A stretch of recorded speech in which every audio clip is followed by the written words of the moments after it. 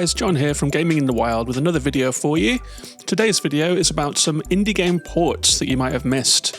We all know there is a constant flood of new games coming out. It can be hard to keep up. They often start out as limited time console exclusives, but once the hype has died down and things have moved on, they will get ported to other systems sometimes, and it can be easy to miss them.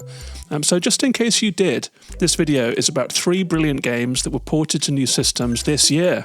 If you do enjoy this video, please give it a like and subscribe to the channel for more. I will also fill you in at the end about a Patreon that you can join if you would like to support the channel. And with that said, let's get into it.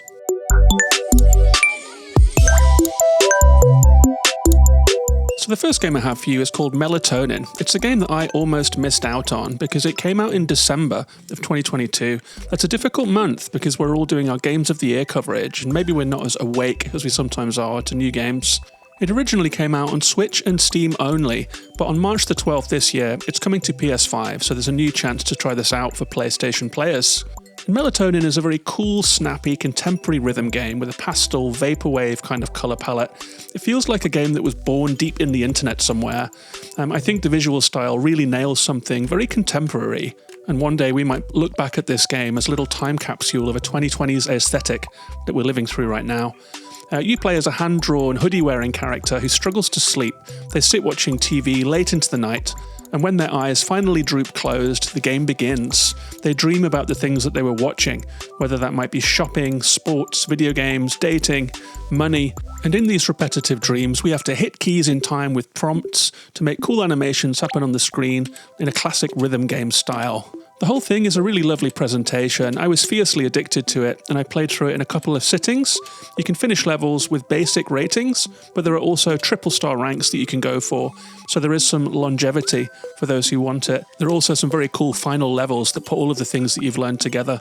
That's Melatonin, out now on Switch and Steam, and coming to PS5 on March the 12th. Hello?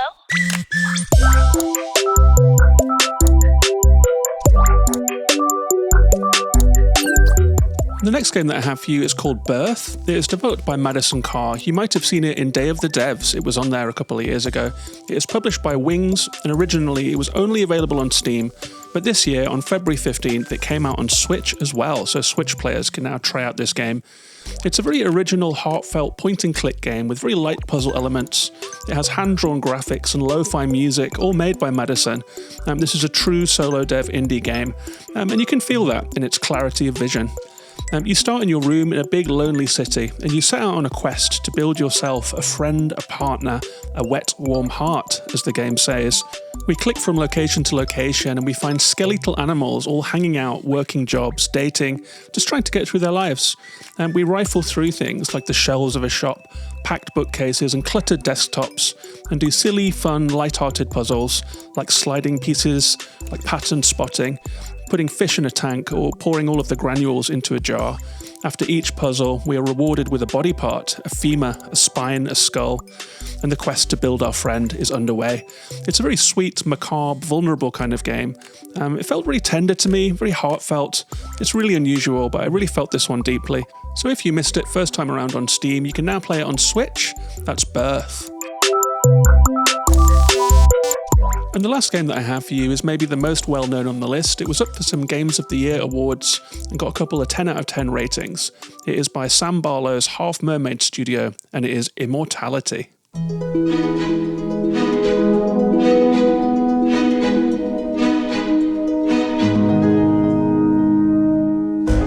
So Immortality came out in August of 2022. It was my Game of the Year that year.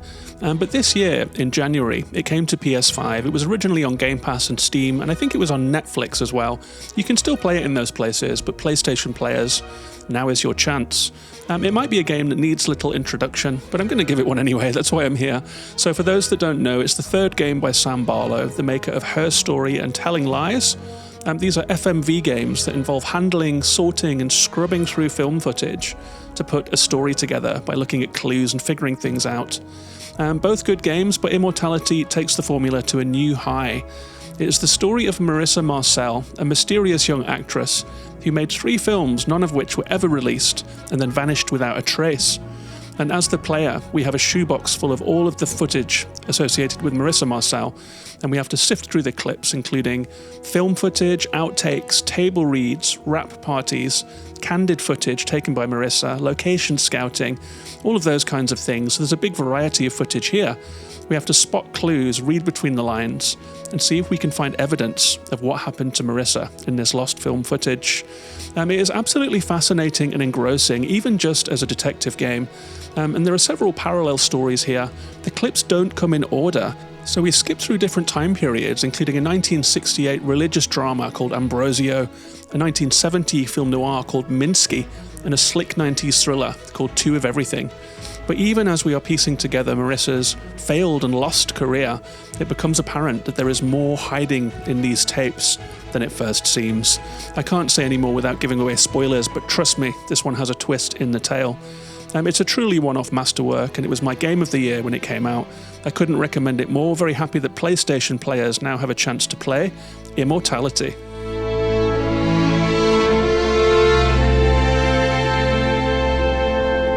So those are my 3 indie ports that came out this year, not to miss out on. I hope that you enjoyed the video. I hope that you found something you like, and maybe you want to try out those games. Let me know in the comments if there's anything you did or didn't like about the video. I'd love to hear from you. I'm just starting out with this channel really, so all feedback is good feedback. And let me know if there are any ports that you've played recently or that you're looking forward to in the near future. Finally, if you did like this video, please like it, share it with someone who might like it too, and you can always subscribe to the channel for more. There is also a Patreon if you would like to support this channel. From as little as $1 a month, you get a library of bonus episodes, and you can join our friendly patron Discord. I did a bonus episode recently about a trip to Tokyo, which included some game shopping in Akihabara and going to the Nintendo store to pick up Mario Wonder on its release day. Really fun episode.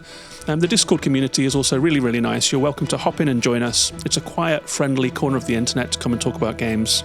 And with all of that said, thank you very much for watching. Take care of yourselves and each other, and I'll see you on the next one.